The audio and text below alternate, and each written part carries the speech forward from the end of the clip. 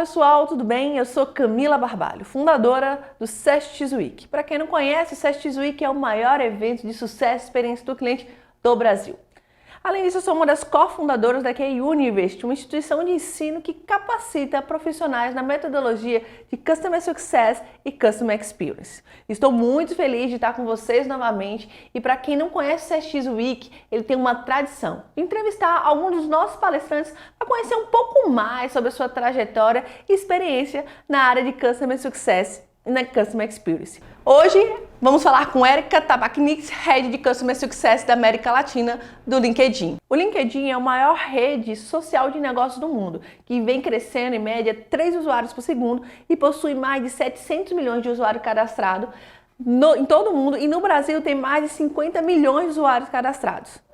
E para se tornar a maior rede de negócios do mundo, não temos dúvidas que o LinkedIn consegue trazer sucesso e boa experiência para os seus clientes. E hoje, para falar um pouco mais sobre o LinkedIn, trouxemos a Erika, a Head de Customer Success da América Latina no LinkedIn. Seja bem-vinda, Erika. Oi, obrigada pelo convite, é uma honra estar aqui com vocês. Antes de mais nada, esse material eu preparei para vocês, então fiquem à vontade para postar, divulgar, usem o hashtag, o conteúdo é de vocês, tá? Bom, sou a Erika, eu sou responsável pela área de Customer Success no LinkedIn. Já estou lá há 5 anos. Na verdade, eu sempre trabalhei nessa área, antes mesmo de ter esse nome pomposo aí de Customer Success. Sempre trabalhei com atendimento a cliente, pós-venda, sem saber que era essa área onde eu estava inserindo, né? Em resumo, eu fiz faculdade de economia, tinha vontade de fazer diplomacia, fui parar no mercado financeiro, onde eu fiquei por 10 anos, e nos últimos 5 no LinkedIn. Falando um pouco da empresa, ela foi criada em 5 de maio de 2003, na região do Vale do Silício, na Califórnia, que é o polo aí de startups mundiais. E em novembro de 2006, eu estava saindo do Citibank, eu criei meu perfil no LinkedIn, com o único objetivo de procurar emprego. E aí eu criei um currículo online para as empresas. Eu era o que a gente chama de candidata ativa, procurando emprego. Mas no LinkedIn, mais de 75% dos usuários são candidatos passivos, que é aquele que não está procurando emprego, mas pode eventualmente fazer uma transição de carreira se aparecer uma vaga, que pode ser indicado pela inteligência artificial ou por um recrutador. Nessa época, quando eu criei meu currículo, o LinkedIn tinha 3 anos e meio. E a operação da plataforma no país, aqui no Brasil, começou no final de 2011, com a abertura de um escritório aqui em São Paulo, onde eu estou. Naquela época, a rede social tinha 5 milhões de perfis no Brasil.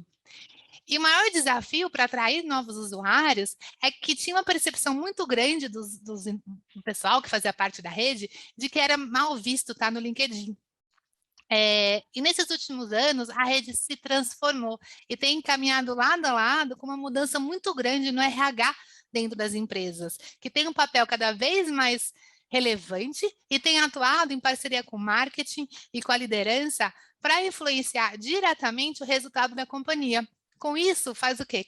Trabalha em parceria com todos os colaboradores para fortalecer a marca empregadora da empresa através dos embaixadores no LinkedIn. Uma coisa importante de destacar é que 95%, olha isso, 95% do conteúdo do LinkedIn, ele é focado em desenvolvimento profissional, aprendizado, notícias. É uma dinâmica muito diferente do que lá no começo. Por que isso? Porque os principais motivos que levam alguém a usar o LinkedIn são fazer networking ou procurar emprego. Na sequência, receber atualizações relacionadas ao seu setor de trabalho, 80%. Depois, publicar atualizações relacionadas ao emprego, 70%, conectar com colegas da faculdade, da empresa ou de uma futura empresa, e aí até seguir especialistas influenciadores. E aí, pensando no efeito pandêmico, para contextualizar onde a gente está atualmente, quando comparado a 2019, o ano de 2020 teve um aumento gigantesco na interatividade do LinkedIn. A gente viu uma alta de 35% no número de conversas e de conteúdo também. Por quê? Né? Com a pandemia, tudo ficou online. Aliás, o pessoal já até está começando a ficar cansado, né, do online. Mas a gente viu que a interação virtual ficou essencial para todo mundo se conectar com o mundo. E aí, trazendo do âmbito macro, né, para o mundo aqui de Customer Success, qual tem sido o meu papel? Quando a gente pensa em sucesso do cliente, é formar uma estratégia de retenção de clientes, formada por um conjunto de boas práticas que tem como objetivo contribuir para que o cliente atinja o seu objetivo. O CS não é o suporte técnico, principalmente no LinkedIn, ele não é um pós-venda de luxo, e nunca vai ser apenas uma forma de rastrear o uso da solução. O foco do LinkedIn tem sido no cliente, ou seja, entender as necessidades de cada um e mudar a nossa estratégia de entrega de soluções para que fique adaptado. Aí um exemplo, durante a pandemia, a gente viu que teve uma insegurança muito grande dos nossos clientes em como liderar uma equipe remota. E aí a gente começou a fazer webinários e dar dicas de como fazer essa gestão remota. Ou agora, super atual, como fazer a gestão de um modelo de trabalho híbrido. Então, a gente está se adaptando para atender as necessidades do nosso cliente. Tinha um CSM na minha equipe que ele dava até dicas de como ter um ambiente de trabalho produtivo e equilibrado dentro de casa. Olha aí que bacana! Olha aí o LinkedIn mostrando para o que veio. Muito sensacional, Eric. Realmente, eu acho que o LinkedIn é uma revolução de rede social em relação a network, trabalho, conhecimento e conteúdo de relevância, né? Porque lá o pessoal realmente posta matérias bem legais que você realmente pode tirar proveito. Mas vamos agora para a nossa segunda pergunta do dia, que é: o LinkedIn tem a missão de conectar os profissionais de todo o mundo para formar mais produtivos e bem-sucedidos. No seu ponto de vista, o que o LinkedIn vem fazendo de forma estratégica para chegar ao seu objetivo, mantendo a experiência do usuário? Tem um monte de coisa para contar para vocês.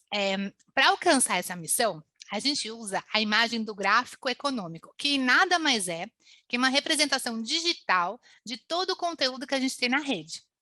E tem muita gente conectada, né? Hoje são, conforme já foi falado no começo, 774 milhões de usuários, tendo 50 milhões deles aqui no Brasil, quase 60 milhões de empresas cadastradas, 400 mil delas no Brasil, 15 milhões de vaga no mundo inteiro, 38 mil competências, vou falar um pouquinho de competências mais para frente, 120 mil instituições de ensino, sendo 9 mil delas aqui no Brasil. Quando a gente olha essas quase 60 milhões de empresas brasileiras, mais de 2 milhões delas são pequenas e médias empresas que confiam no LinkedIn para ajudá-las a contratar. Quase 60% dessas pequenas e médias empresas recebem um candidato qualificado nas primeiras 24 horas.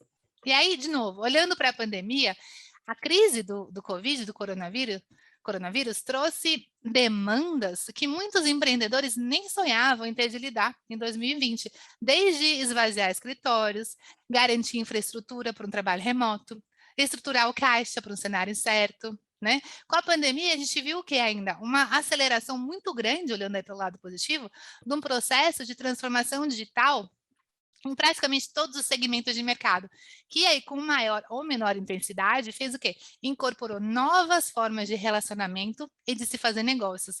A gente teve que sair da zona de conforto, né? A empresa sabia o que tinha que fazer e ainda não tinha feito, e aí teve um elemento que não foi mercadológico, mas que criou uma mudança forçada de digitalização, de usar parceiros terceiros como entrega, e ter, além de tudo, é muito gostoso de analisar a situação, quer dizer, obviamente descartando a fase, o impacto negativo, teve uma atenção e olhar muito mais próximo ao funcionário. A gente nunca falou tanto de empatia, né? E aí, por conta dessas mudanças, quando a gente olha para a rede, o que aconteceu? O mercado de trabalho tem se transformado. Tem 3 tendências muito importantes. O home office, que agora está virando um modelo híbrido, né? Então, foi a saída para muitas empresas o quê? Manterem as suas operações, elas tiveram que criar uma maneira diferente de trabalho de longo prazo. A gente fez uma pesquisa durante a pandemia que mostra que 45% dos líderes estão considerando uma mudança mais permanente para eventos ou conferências virtuais. E também 45% deles estão avaliando as políticas de trabalho remoto mais duradouras, ou seja, não estão pensando em voltar para o presencial.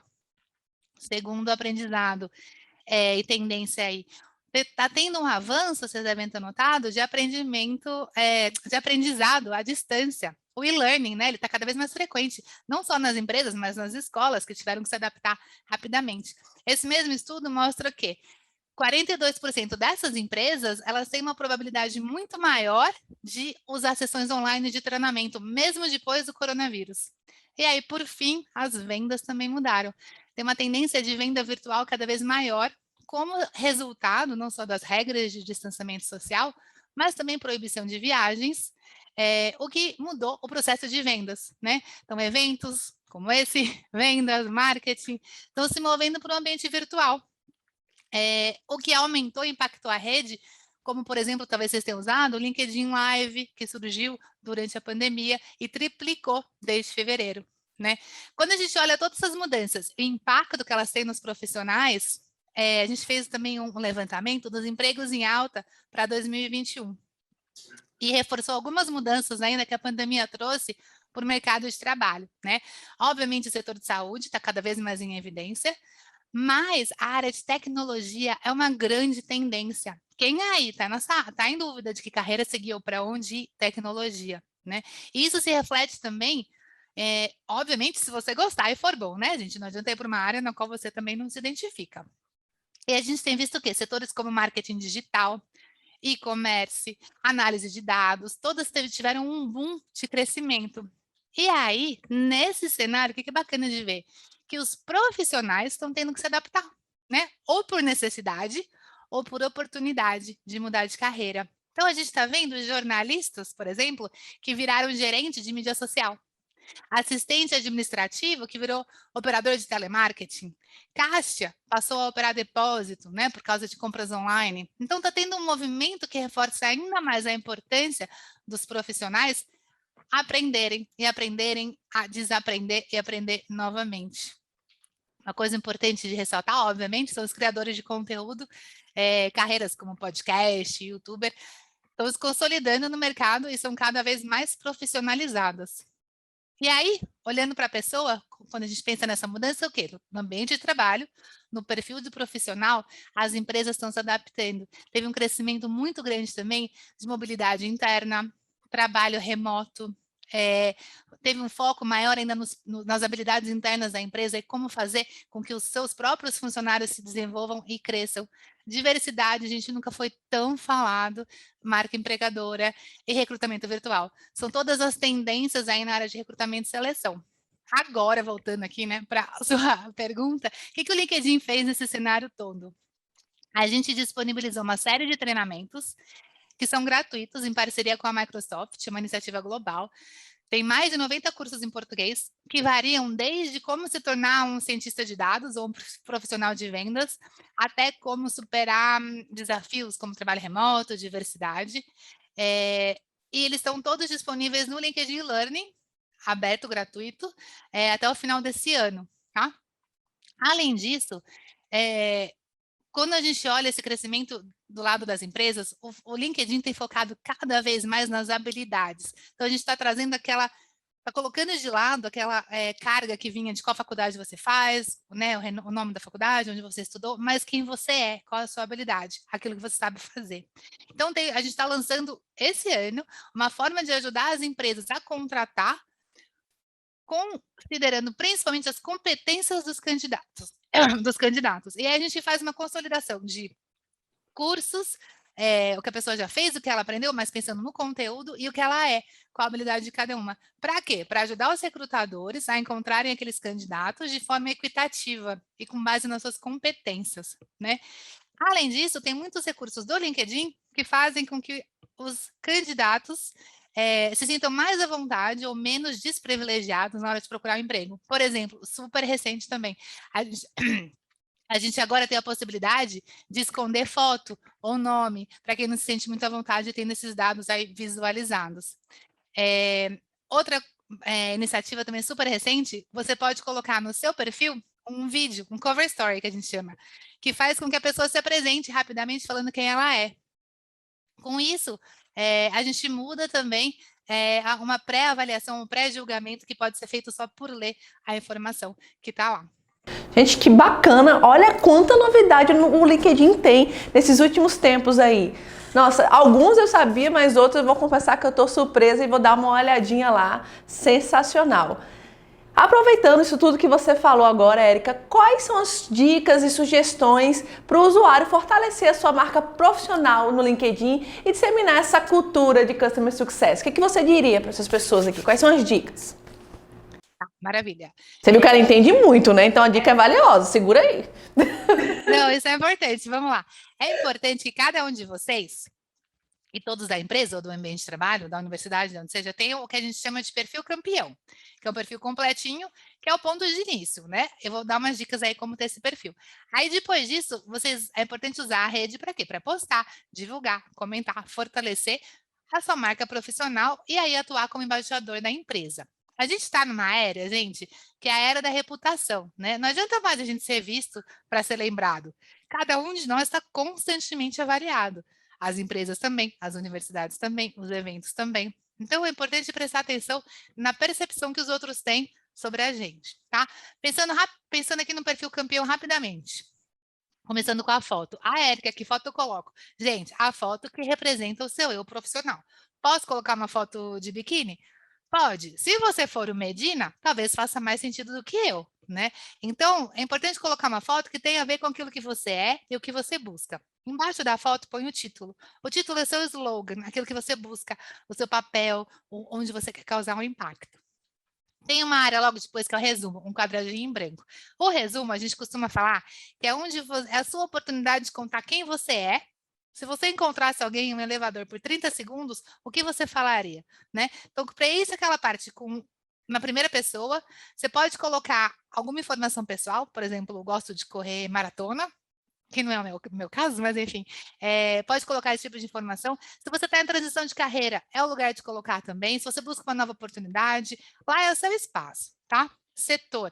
Esse é super importante. O setor é indústria, né? Internet, tecnologia, saúde, o que seja. Por que isso é importante? Porque a informação que vai para você, que o algoritmo do LinkedIn usa para direcionar dados, é de acordo com o que está escrito no seu perfil, principalmente o setor, tá?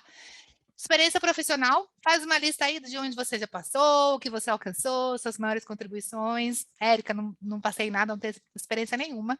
Foca no restante do perfil, tem espaço de trabalho voluntário. Se você ainda não fez, sempre tem espaço, tem tempo de fazer, né? Mas no trabalho voluntário, a gente coloca as conquistas. Qual foi o seu impacto? O que você fez de diferente, tá? Por fim, competências, é isso que eu estava falando no começo. Lembra que são as suas habilidades, né? Tem as competências comportamentais, liderança, falar em público, competências técnicas, importante colocar todas, e algumas tem uma prova que você consegue fazer, aí você ganha um selo de que você realmente é apto nessa competência. De novo, isso tudo é usado pelo algoritmo, tá? Recomendação, eu canso de explicar a importância de recomendação, não só de dar, mas também de receber. Aliás, eu pessoalmente gosto mais de ler aquelas que a gente deu para alguém, porque quando eu olho uma recomendação, eu vejo três coisas. Eu vejo capacidade de comunicação da pessoa, como ela escreve, né? Vejo os valores que ela tem, geralmente a gente reconhece algo em alguém, que é algo que a gente prisa e valoriza, e eu vejo se a pessoa tem a capacidade de colaborar também. Colaboração não no sentido de ajudar, mas de reconhecer a fortaleza no outro, colaborar com o sucesso do outro. Se você não tem recomendação, também recomendo sair daqui, escolher alguém e escrever uma, e você pode pedir também para você.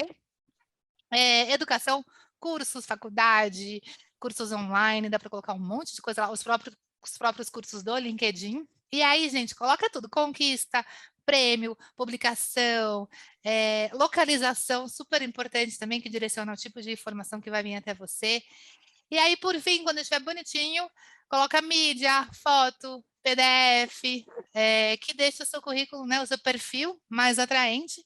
E aí, gente, depois que isso está pronto, é importante fazer o quê? Focar no seu comportamento, né? Então, postar artigo, seguir influenciadores. Quem são influenciadores? Vou comentar aqui rapidinho, que essa pergunta sempre aparece. Como eu posso ser? É verdade. Falar, eu quero ser um influenciador, quero ser um top voice. Vou explicar aqui. Influenciador. Influenciadores são pessoas que te inspiram. São aquela referência, quando a gente pensa numa área, é aquela pessoa de diversas indústrias, né? Eles ganham um selo do LinkedIn, que é para engrandecer aí o seu conhecimento profissional de mercado, essa pessoa, né? O selo azul. Érica, quero ser influenciador. Não tem como virar assim do nada. Ele é gerido pelo editorial, não tem um formulário, é só por meio de convite, não tem como você aplicar, né? E essa lista de influenciadores Então, de novo, ela é formada pelos principais líderes e executivos que são referência aí no mercado. Tá? Não precisa ser um CEO, um presidente, não é relacionado ao cargo. É alguém, quando você pensa em um tópico, é aquela pessoa que vem na sua cabeça. Tá? Obviamente, que a gente tem pensado muito, a diversidade é importante. Então, o LinkedIn vai analisar a diversidade para fazer esse convite. Alguns exemplos aí. Érica, eu preciso ter 30 mil conexões para ser um influenciador? Não, a gente teve, por exemplo, o presidente da Colômbia, tudo bem que foi o presidente da Colômbia, né? Mas o presidente da Colômbia criou o perfil já como um influenciador. O presidente da Argentina, Macri, também. São mais de 500 influenciadores no mundo todo. E ao longo da vida, novos influenciadores vão entrando, vão saindo e vai mudando. Não é tão fácil assim. Tem um sistema de revisão que vai até o nosso CEO, que é o Ryan. Então, você vai ficar muito bem avaliado se você for um influenciador, tá? Top Voice, o que é isso? Não é um reconhecimento, não tem um benefício, não tem um selo. É uma lista que ela é criada com base em uma combinação de fatores quantitativos e qualitativos. E aí de diversos setores, tá? RH, comunicação, vendas, nutrição. Então, esse processo começa com a equipe de ciência de dados do LinkedIn, que vai medir o engajamento do usuário na rede. Aí os editores do LinkedIn vão fazer um refinamento dessa seleção de pessoas, levando em consideração importância e atualidade do tema, postagens, vídeos, o impacto deles na rede. Por exemplo, um exemplo bacana de comentar, a gente fez um Top Voice de saúde no ano passado, foi um Top Voice fora do calendário, para evitar o quê? Evitar fake news e garantir notícias aí relevantes para todos da rede. Aí a gente convidou desde o presidente do Sírio e do Einstein, que são hospitais privados em São Paulo, até enfermeiros do setor público, que foram aí reconhecidos. Bom, legal. Então, meros mortais como eu, posso ser um top voice do LinkedIn, então. Pode, com certeza. Então, Érica, eu tenho uma curiosidade, né? Tipo, todo mundo que me conhece sabe que eu sou defensora do empoderamento feminino. Então, eu gostaria de saber se, estatisticamente, as mulheres conseguem o mesmo resultado que os homens na rede do LinkedIn. E qual a dica que você poderia deixar para essa mulherada? Boa pergunta. A gente tem um estudo que foi lançado que é interessantíssimo. O que a gente fez? A gente analisou na rede o comportamento de homens e mulheres inferido pelo nome e pela foto. Tem erros, mas estatisticamente não são significativos, tá?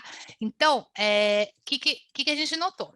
Quando a gente olha, pensa no começo, né? Tipo, estou aberta a receber uma oportunidade, estou procurando emprego. O comportamento de homens e mulheres é praticamente igual, ou seja, 90% de homens e mulheres, quando abordados por um recrutador, ou quando eles recebem aquela mensagem, olha, tem uma vaga, 90% está disposto a conversar.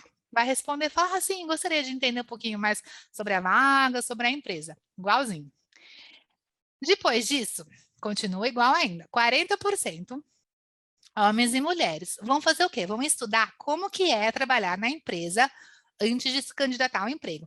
Então, eles vão ler o conteúdo que foi publicado na página da empresa, vão entender um pouquinho mais sobre como é a cultura, olhar o perfil dos funcionários, as crenças da empresa, os valores. E aí os dois gêneros se comportam iguais até então, né? O que é importante, já respondendo a segunda parte da pergunta? Que as empresas tenham informações que façam com que todo o público se sinta pertencente à empresa, né? Então, prestar atenção na descrição das vagas, no que está postado na página, para evitar criar, mesmo que inconscientemente, um certo preconceito lá. E aí, estão pensando com que todos se sintam pertencentes e incluídos, tá? E aí, então a gente viu, abordou os candidatos, eles pesquisaram sobre a empresa, e aí olha só que bacana. As mulheres, aí começa a mudar, e essa parte é sensacional. As mulheres, elas só vão se candidatar, em sua maioria, a uma vaga quando elas tiverem 100% dos critérios. Então, se tem uma vaga com 10 pré-requisitos, a mulher vai ler, se ela não tiver todos, ela não se aplica. O homem, com 60%, ele aplica. Ele fala assim, eu só sei 6 dessas coisas, mas o resto eu aprendo. E aí a gente já vê uma diferença no comportamento das pessoas.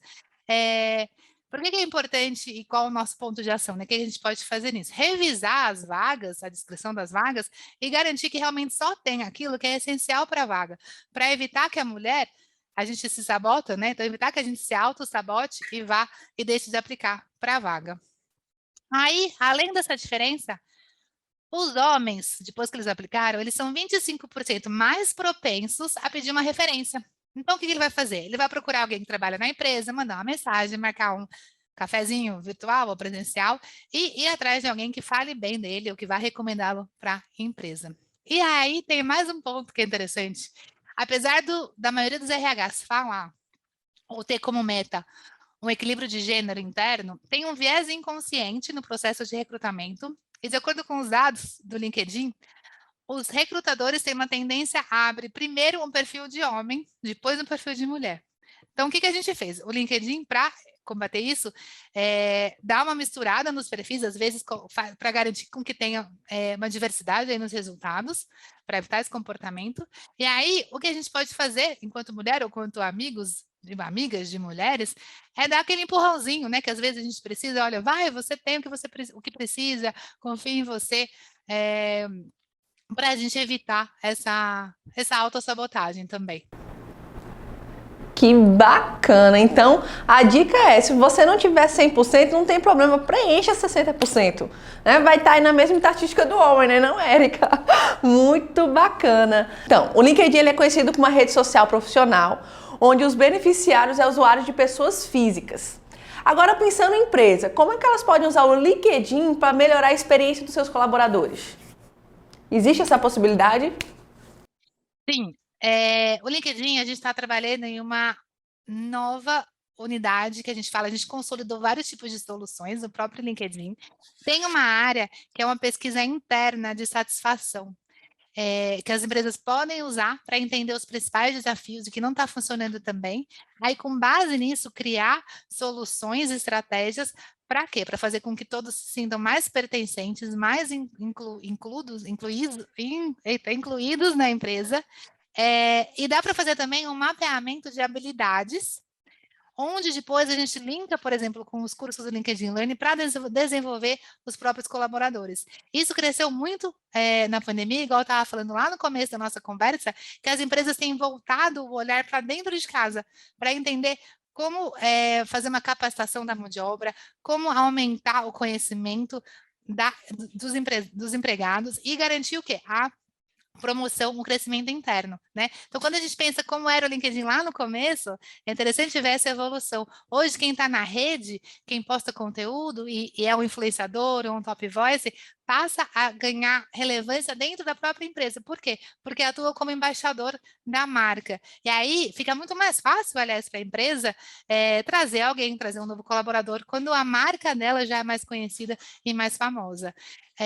Então, o olhar ele tem que ser voltado para dentro, de novo, resumindo, para a gente entender as necessidades, os interesses do funcionário e aí sim traçar plano de carreira, plano de desenvolvimento em parceria com os dois lados aí. Olha aí que bacana. Então a empresa pode usar o LinkedIn aí a seu favor também.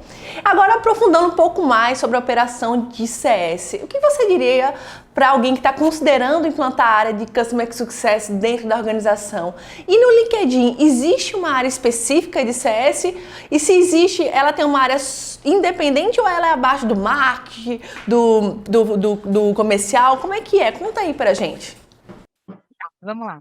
Esse movimento de CS cresceu, vocês devem estar acompanhando, cresceu bastante nos últimos anos, não só em termos de representatividade dentro do LinkedIn, tem muito mais vaga nessa área, mas também muitas empresas que não tinham essa área estão implantando, né?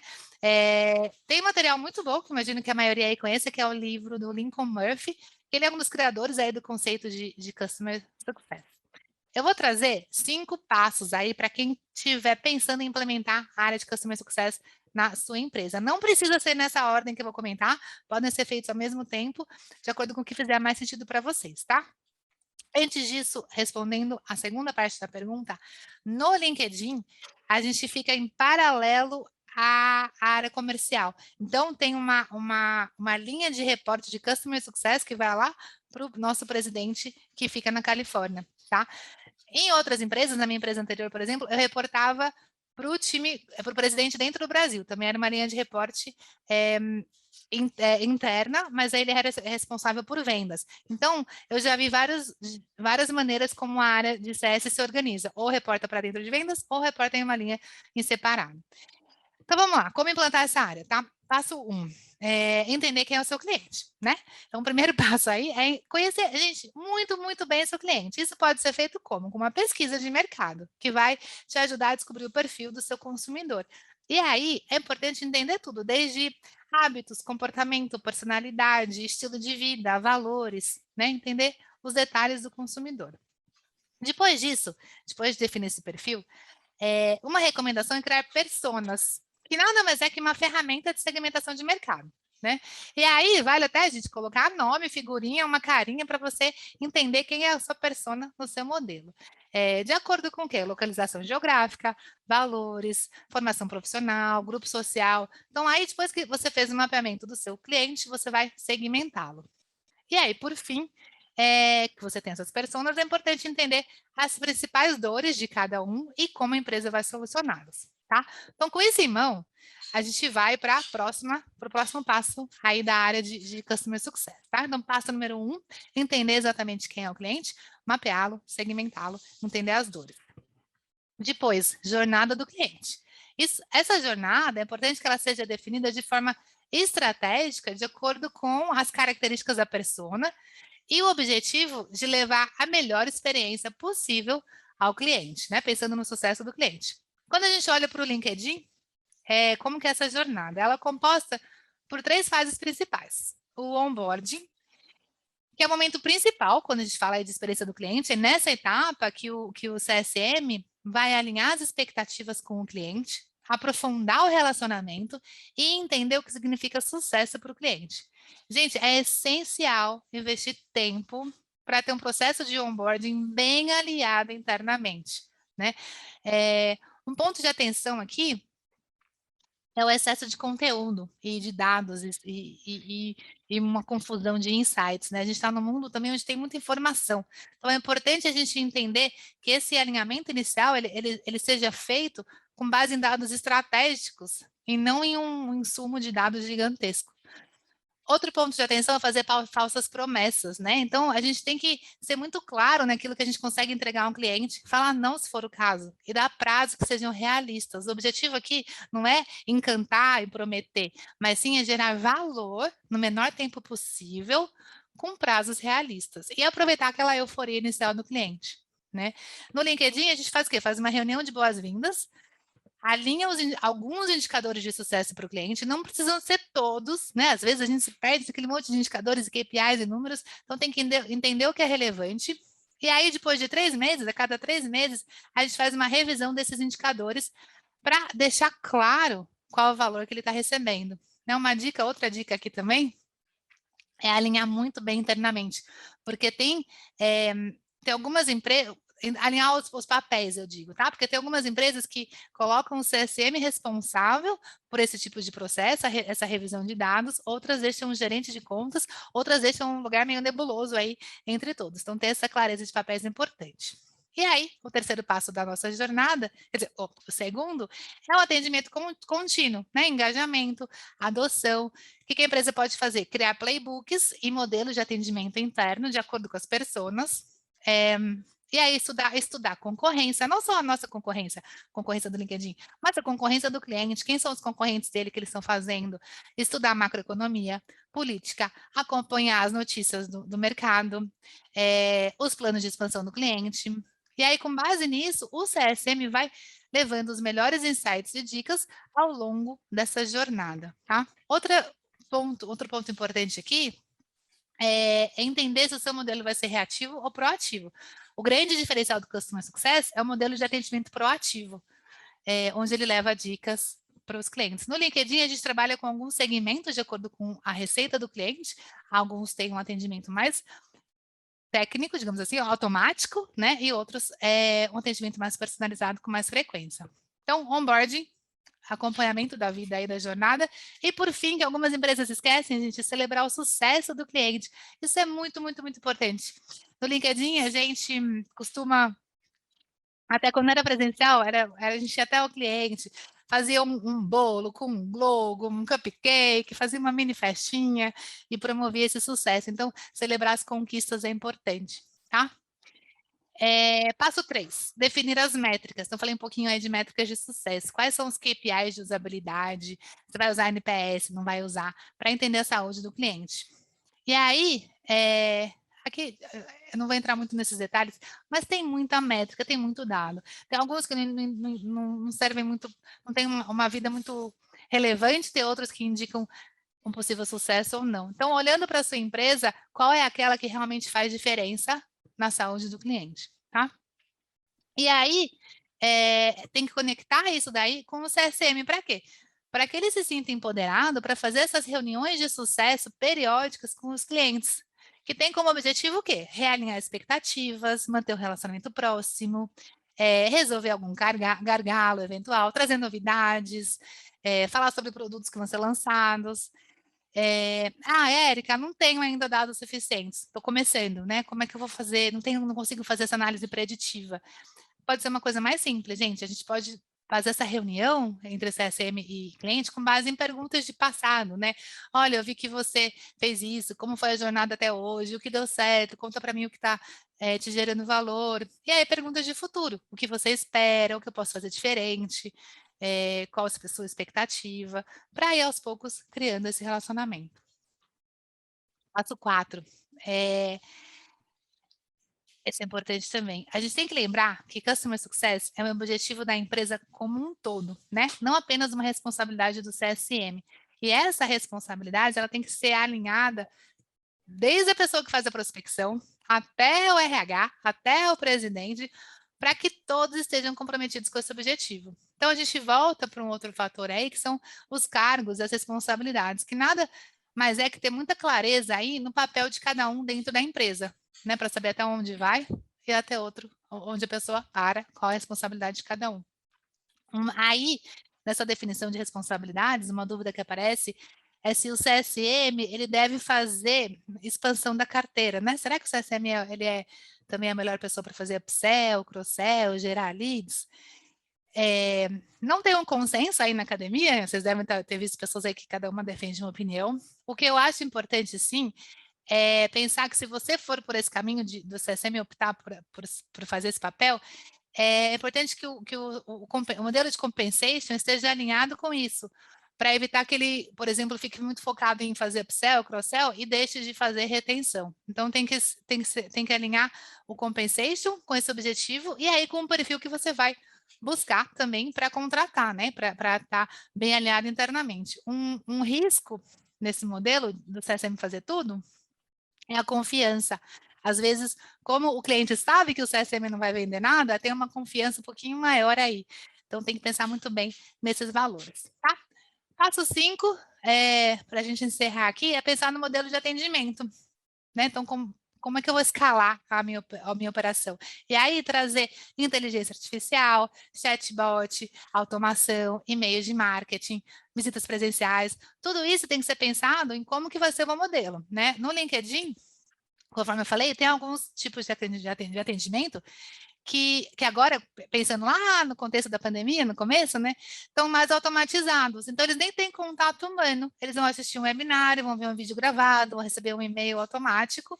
Alguns têm um contato mensal, outros têm um contato trimestral. Vai muito de acordo com a necessidade, o tipo de cliente e aquilo que a gente vai entregar que gera valor para o cliente final. Muito bacana. Olha aí, peguem a dica porque falou bonito, viu? 5 dicas poderosíssimas aí para quem quer implantar o CS dentro das organizações. Érica, uma outra pergunta que eu acho bem interessante para quem está implantando a área de CS é as dificuldades encontradas nessa implantação. No seu ponto de vista, quais são as maiores dificuldades que se tem na hora de implantar o CS dentro de uma organização? Tem várias, gente. Eu vou falar de duas que eu vejo acontecerem bastante. Por exemplo, Érica, eu estou respondendo um número muito grande de perguntas repetidas dos clientes, né? Nossas equipes de CS estão gastando muito tempo com questões de baixo valor para o cliente, né? E aí cria um workload muito grande, muito alto. Então, como que eu posso reduzir essa pressão na equipe, mantendo uma ótima experiência para o cliente? Né? Essa pergunta é importante, por quê? Porque a resposta, de novo, ela está no autoatendimento do cliente, que é uma forma segura, digamos assim, de reduzir essa pressão aí na equipe.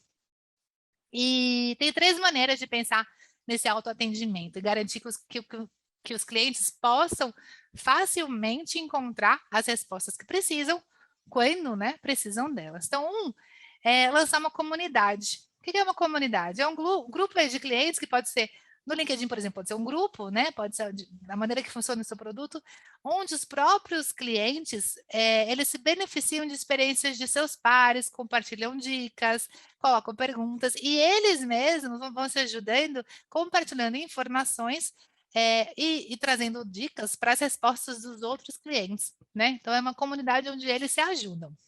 Essa é uma sugestão. 2, ter uma base de conhecimento de fácil manutenção e fácil acesso, né? Então, o que é isso?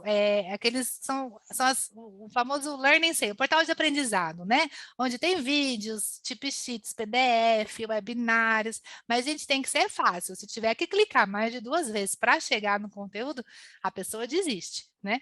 Então, é importante que seja um conteúdo útil, com um caminho fácil, para que a pessoa possa ela mesma achar a dúvida, a resposta, né, da sua dúvida. E aí, quando a gente combina essa base de conhecimento com uma comunidade online, a gente tem um serviço de autoatendimento muito eficaz, onde os clientes não só recebem as respostas que a empresa criou, mas também se beneficiam do conteúdo gerado pelos próprios usuários, né? Por fim, o suporte na própria ferramenta. Isso pode ser automático, né, um chatbot, ou pode ser uma coisa gravada, onde, se ele tem uma dúvida, ele clica no botãozinho que já vai trazer a resposta, a sugestão, recomendação. Com isso, a gente faz o quê? Com que as principais dúvidas saiam das mãos mesmo do CSM, né, e sejam respondidas aí de uma maneira independente, tá? E aí o CSM tem tempo para quê? Para criar valor e estratégias mais inteligentes mesmo para o cliente. Tá? Esse é um. Érica, recebo muito feedback, muita ideia do cliente, né? A gente costuma falar que o CSM ele é a voz do cliente, é a interação entre a empresa e os engenheiros, o suporte, entre marketing, né? É o elo, assim, de comunicação. Então, esse é um problema. Tipo, Érica, recebo muito feedback, muita ideia de cliente, mas essa informação se perde, tá por todos os lados. Como que eu posso reunir, priorizar e implementar essas sugestões e atuar realmente no feedback, né? Então, isso aqui é importante o quê? Primeiro, ter um lugar onde os próprios clientes enviem ideias e deem feedback, que isso chega às vezes perdido por vários canais. Então, se a gente puder canalizar isso em uma ferramenta, facilita a gestão dos dados. Pode ser um grupo de mídia social, nem todos os clientes gostam, tem alguns que não usam esse grupo de mídia social, pode ser uma comunidade, de novo, ou mesmo um CRM, integração com uma outra ferramenta, onde a gente consegue canalizar esse tipo de feedback, e aí usar até a possibilidade de votos para a gente priorizar ideias, né? E fazer com que isso chegue até os engenheiros, que eles às vezes ficam lá atuando no mundo de engenharia e não veem muito como é a realidade do outro lado, né? Então, essa união dos 2 lados é muito importante. Poxa, bacana, assim, eu acho que faz todo sentido essas dificuldades que realmente são encontradas. Você pegou esses 2 pontos que fazem realmente a diferença no CS, que são dificuldade da grande maioria das empresas. Gente, nosso bate-papo está aqui chegando ao final. Érica é um monstro de conhecimento do LinkedIn e de CS, dá para perceber aí, mas a gente está acabando. E para finalizar, eu queria saber o seguinte, Érica, para quem ficou interessado em conhecer mais sobre a solução de talento, sobre o LinkedIn e de conhecer um pouco mais, como é que fazemos para te encontrar?